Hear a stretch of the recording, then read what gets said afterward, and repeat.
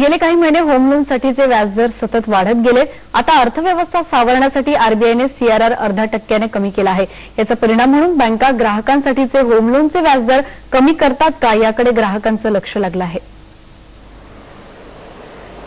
महागाई आटोक्यात आणण्यासाठी रिझर्व्ह बँकेने गेल्या काही महिन्यात व्याजदरात सतत वाढ केली, पण आता जागतिक घडामोडींपासून अर्थव्यवस्था सुरक्षित ठेवण्यासाठी आरबीआयने सीआरआर मध्ये कपात केली।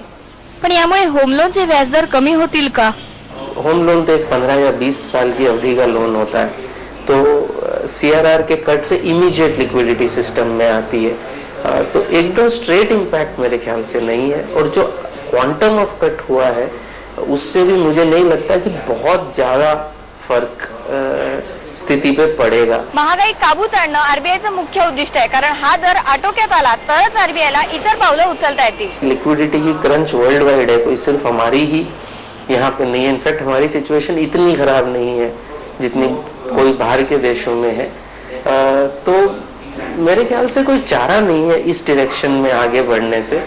तो कट तो मेरे ख्याल से शायद और करना ही पड़ेगा, वो चाहे पॉलिसी के पहले हो, पॉलिसी के दौरान हो या पॉलिसी के बाद हो। रिझर्व्ह बँकेने उचललेली ही पावलं सध्या तरी तात्पुरती आहेत, त्यामुळे बँका कोणताही निर्णय घेण्याच्या पवित्र्यात नाहीत।